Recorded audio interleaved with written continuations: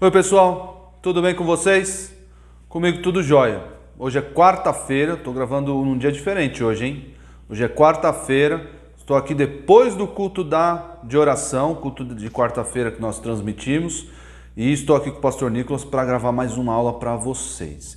Eu espero que todos estejam com o seu papel e sua caneta na mão, com a sua Bíblia aberta, porque vocês viram aí no título da lição que nós não vamos continuar, por enquanto, nós não vamos continuar a história de Eliseu. Por quê? Porque lá em 2 Reis, nós já estamos, se eu não me engano, no capítulo 5. Nós vamos falar aí sobre a história de um general do reinado ou do Império Sírio. E o que isso tem a ver com Israel? Era um general de uma nação diferente de Israel. E Eliseu vai falar com esse general? Sim, vai falar. Então eu quero ensinar para vocês, antes de mostrar para vocês a importância desse momento em que Deus se revela para uma nação diferente de Israel. Lembre-se, o povo escolhido de Deus no Antigo Testamento era o povo de Israel. E é o povo de Deus até hoje, mas no Antigo Testamento nós temos a atenção de Deus focalizada ali nos judeus, em Israel. E agora parece que o foco vai lá para uma nação distante, na Síria, com o general Naamã. Mas eu quero que vocês entendam, essa aula aqui é de extrema importância, muito importante para vocês entenderem quem é Deus. Mas como assim? Conhecendo a história de Israel, nós podemos saber quem é Deus. Quer ver? Quando você conhece uma pessoa, chega lá na escola, numa festa, um primo, um parente, o que você faz para conhecer essa pessoa? Você pergunta para ela o que ela gosta de fazer, quais as atividades, onde ela estuda, as roupas que ela veste, e você vai assim descobrindo um pouco da pessoa. Você pede a rede social dela, vê lá no Facebook, sei lá, Instagram, o que ela gosta, enfim. Você conhece a pessoa desse modo. Como nós podemos conhecer a Deus? Deus não tem Facebook, Deus não tem Instagram, Deus não tem Twitter. Como nós podemos conhecer a Deus? Através da Bíblia. Esse é o modo de sentar ao lado de Deus e saber, Senhor, o que o Senhor gosta e o que o Senhor não gosta, através da Bíblia. Então, Deus se revelou, Deus tomou a iniciativa, veio até nós e se revelou para nós. O que Ele gosta, quem Ele é, o que Ele faz, e tudo isso está onde? Na Bíblia. E a Bíblia é a palavra de Deus e a Bíblia tem a história de Israel. Sim, a história de Israel. Mas muito mais do que só a história de Israel, a Bíblia mostra o plano de Deus, o plano. Sim, Deus tem um plano para a humanidade. Deus não está fazendo as coisas aos trancos e barrancos sem a gente entender muito bem o que está acontecendo. Não. Você deve saber que Deus tem um plano e esse plano começou lá atrás, antes da fundação do mundo. Sim, antes que tudo fosse feito, esse plano de Deus já estava estabelecido. Sabia? O texto de Efésios 1 fala que Deus escolheu os crentes antes da fundação do mundo. Então o plano de Deus começou antes da fundação do mundo. E que plano é esse? O plano para a salvação do homem. O plano para a glorificação do seu nome, de Deus, glorificação do nome de Deus por meio da salvação do homem. Tá, tudo bem. E onde começou esse plano agora no mundo? Nós vemos esse plano começando lá no Gênesis, lá no Jardim do Éden. Sim, nós vemos esse plano começando. É o plano de Deus para a salvação do homem. O homem foi lá, Deus criou o homem, Deus do pó da terra, fez a esposa para ele, fez tudo, toda a criação, os animais, as plantas, o mar, a terra, o céu, tudo, todo o universo Deus fez e colocou o homem lá, falou, você vai ser o meu gerente da criação. E aí o homem vai lá e pisa na bola, vai lá e desobedece a Deus, pecando, trazendo o pecado para o mundo. Agora, quem vai resolver esse problema? Quem vai resolver essa encrenca que o homem trouxe sobre nós? O próprio Deus. O próprio Deus saiu do seu trono e disse: eu vou resolver isso. Olha onde está isso lá em Gênesis 3. Você precisa estar com a sua Bíblia aberta. Nós vamos ler muitos textos hoje.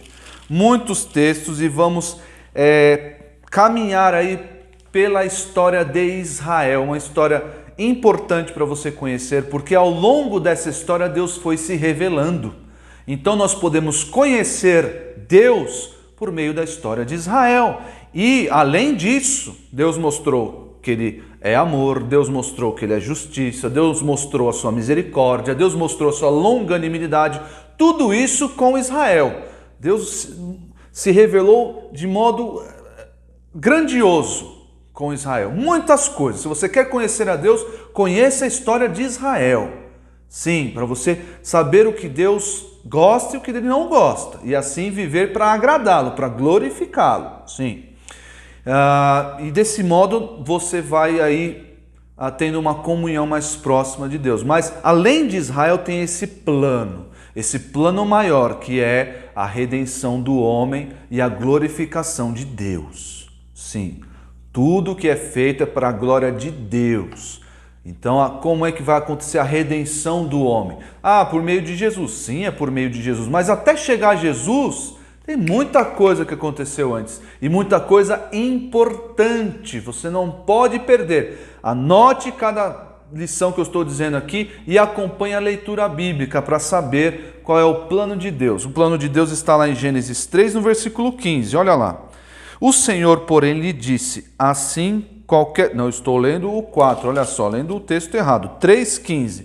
Porém, Deus está falando aqui com a serpente, aqui com Satanás, né? Está falando aqui com a serpente ali no Jardim do Éden, a serpente que enganou Eva e ela desobedeceu a Deus. Eva desobedeceu. Olha o que Deus está falando para a serpente, que é Satanás. Porém, inimizade entre ti e a mulher, entre a tua descendência e o seu descendente. Então, Deus vai pôr inimizade entre os filhos do diabo e os filhos de Deus. Ou que os filhos de Eva. Olha, inimizade sim.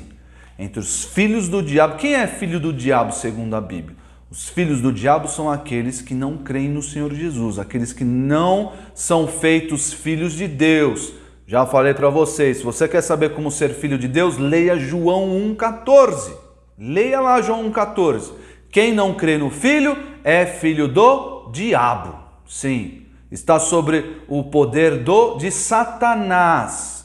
Está sujeito ao poder, está ali sujeito ao senhorio de Satanás.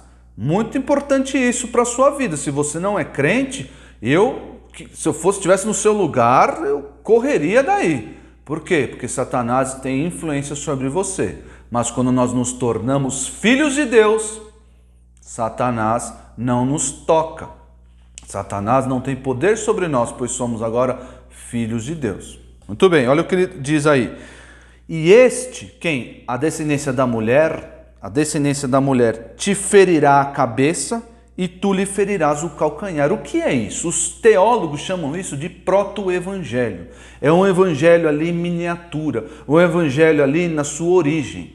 É um proto-evangelho. Por que evangelho? Porque está falando aqui do que vai acontecer no futuro. Quem vai ferir a cabeça do diabo? Jesus. Jesus feriu ali o poder do diabo, que era da morte, feriu... morrendo ele no nosso lugar, pelos nossos pecados e ressuscitando. Sim. E aí diz, tu lhe ferirás o calcanhar. O diabo vai ferir Jesus no calcanhar. Que ferida foi essa? Foi a sua morte. Jesus teve que morrer. Essa foi a ferida que Satanás causou em Jesus. Mas ele ressuscitou. E ressuscitou para a nossa salvação.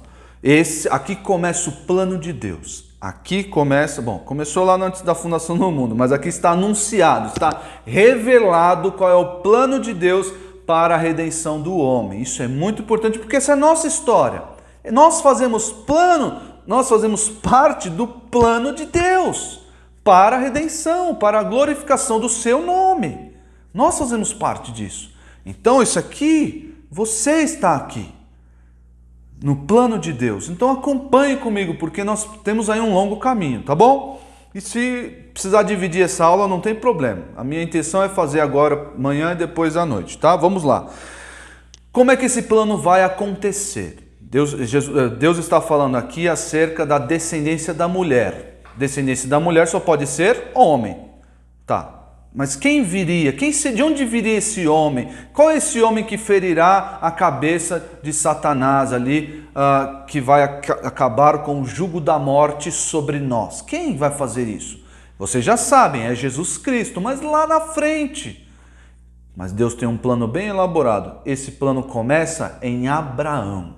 Sim, esse plano começa em Abraão. Abra sua Bíblia em Gênesis 12. Gênesis 12, Deus está chamando Abraão de uma terra longínqua. Vocês conhecem já Israel, nosso mapinha de Israel, mas Abraão veio de uma terra distante, a terra lá da Mesopotâmia, Ur dos Caldeus, ficava distante de Israel, mas Deus olhou para Abraão e falou: saia da sua casa, saia do meio dos seus parentes e vá para uma terra que eu lhe mostrarei. Olha só que legal. E Abraão ouviu isso de Deus. Na época ele era só Abrão. Abrão significa pai exaltado. Depois Deus mudou o nome de Abrão para Abraão, que significa pai de muitas nações. Olha só, porque essa foi uma das promessas de Deus a Abraão. Deus prometeu o que para Abraão? Sai da tua terra, sai da tua parentela, de onde você mora, e vai para uma terra que eu te mostrarei, terra que mana leite e mel. Aí Abraão se interessou, eu vou ser dono ali daquela terra que Deus vai me mostrar. Então Deus prometeu território, terra, propriedade para Abraão, e prometeu o que também? Descendência. Sim, isso era muito importante para o homem antigo, descendência.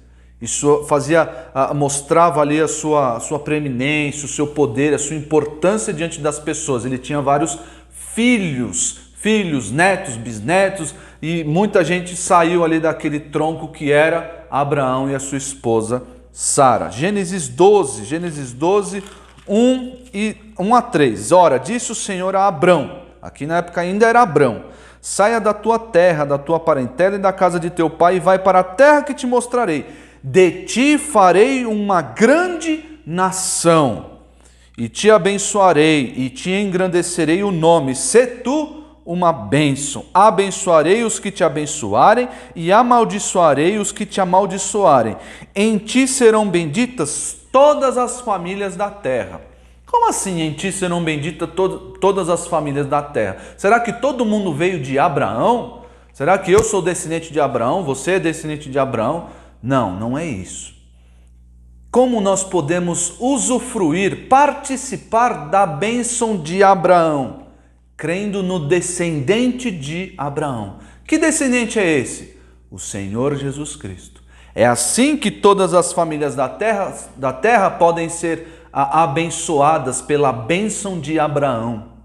A bênção que Deus fez a Abraão por meio do descendente de Abraão, por meio do Senhor Jesus Cristo. Então você que está aí, a sua família, você é crente, entregou a sua vida ao Salvador, você é abençoado.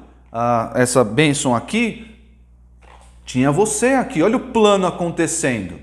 O plano de Deus lá na sua mesa gigante, está lá o seu nome. Ó. Tudo o que estou fazendo é para salvar o pastor Isaac. Sério? Sim. Deus está olhando na sua grande escrivaninha, seu grande plano. Ó, vou começar o meu plano com Abraão. E em ti serão benditas todas as famílias da terra. E depois de muito tempo, o pastor Isaac e a sua família serão abençoados. Agradeça a Deus por isso. Vamos continuar, gente. Tem muita coisa para ver ainda. Olha só. Depois de Abraão, o que aconteceu? Nasceu seu filho Isaac. Abraão tinha outros filhos, teve outros filhos, mas por meio de Isaac é que nasceu o povo de Israel. Por meio de Isaac que veio a descendência prometida, né? Que Deus faria aí o povo de Israel, por meio de Isaac, por meio do seu filho Isaac. E aí Isaac gerou Esaú e Jacó. Isaac gerou dois filhos, Esaú e Jacó, e por meio de Jacó, que teve o seu nome mudado. Quem sabe qual foi o outro nome de Jacó? Jacó teve o seu nome mudado para Israel. Sim, porque quais são os filhos de Jacó? Quem já leu a história bíblica sabe que os filhos de Jacó, ou os filhos de Israel, aqui Israel a pessoa, que é Jacó, são as 12 tribos de Israel. Então a origem das 12 tribos de Israel está ali em Jacó, tá bom? E eu queria saber se vocês sabem quais são as 12 tribos de Israel. E por que, às vezes, nós contamos, eu demorei para entender, sabia? Porque não são 12 tribos exatamente. Olha o problema que eu vou inventar para vocês, hein? Calma lá. Se vocês conhecem a história bíblica, Jacó teve um filho chamado José. Sim, teve um filho chamado José, que foi governador do Egito, e eu vou falar daqui a pouco sobre ele. E esse filho gerou dois filhos, Efraim e Manassés. Sim. E Jacó tinha um irmão muito querido, que era o seu irmão Benjamim, que era filho da sua mãe Raquel.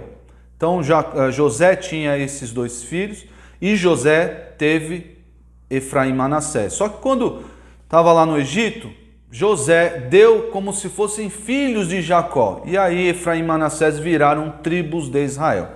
Tá bem complicado isso, eu sei, mas vocês vão entender aqui através da leitura. Gênesis 35, 23 a 26. Olha aqui os descendentes de Jacó. Conte comigo aí para não perder a conta, tá bom?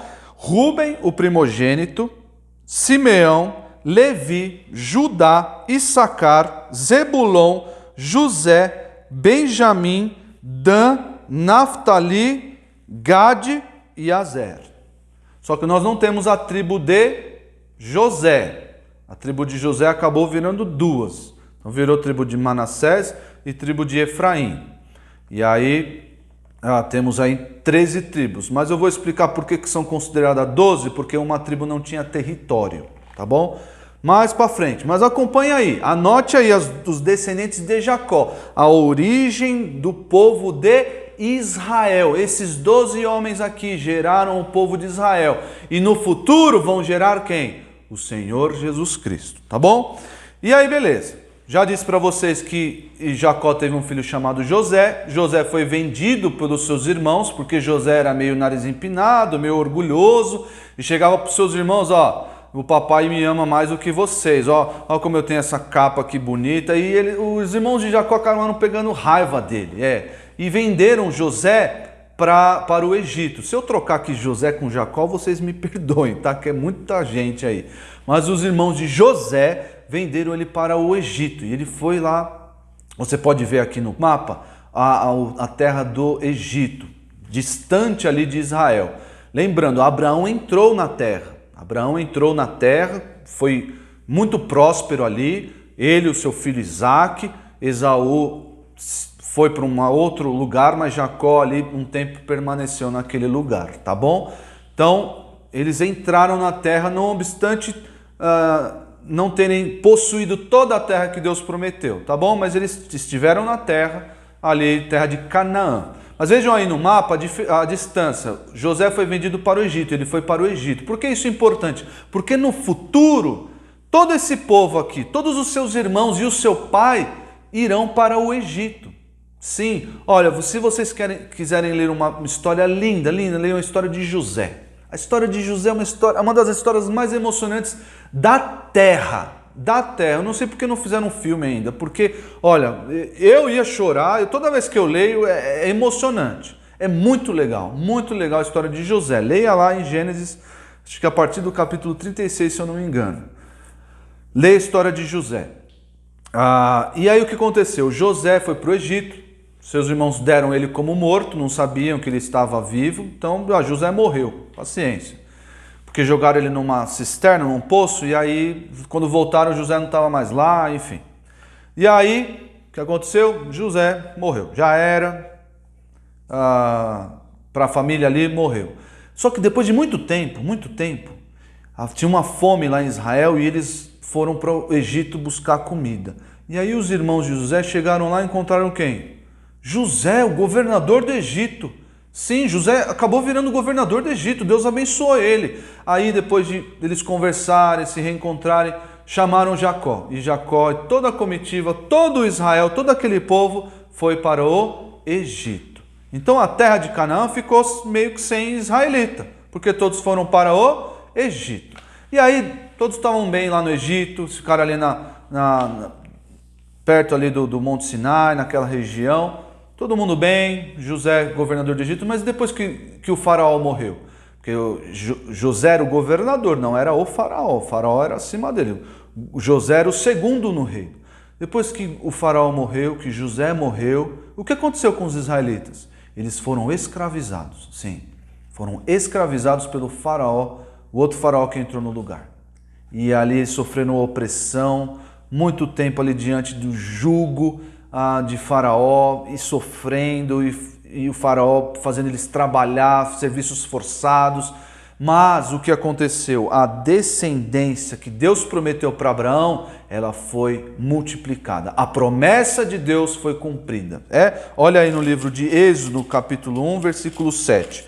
Êxodo 1, versículo 7. A promessa de Deus já estava sendo cumprida. Olha como o povo de Israel se multiplicou, mesmo numa terra que não era deles, mesmo numa terra distante. Êxodo 1, 7 diz assim: mas os filhos de Israel foram fecundos e aumentaram muito e se multiplicaram e grandemente se fortaleceram, de maneira que a terra se encheu deles. O Egito estava assim, estava recheado de israelita, de judeu.